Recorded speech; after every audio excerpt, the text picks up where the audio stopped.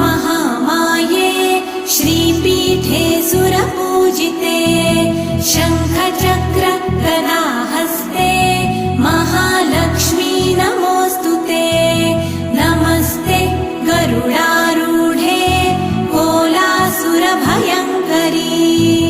सर्वपाप हरे देवी महालक्ष्मी नमोऽस्तुते महादेव्यै च विद्महे विष्णुपत्न्यै च धीमहि तन्नो लक्ष्मी प्रचोदयात्।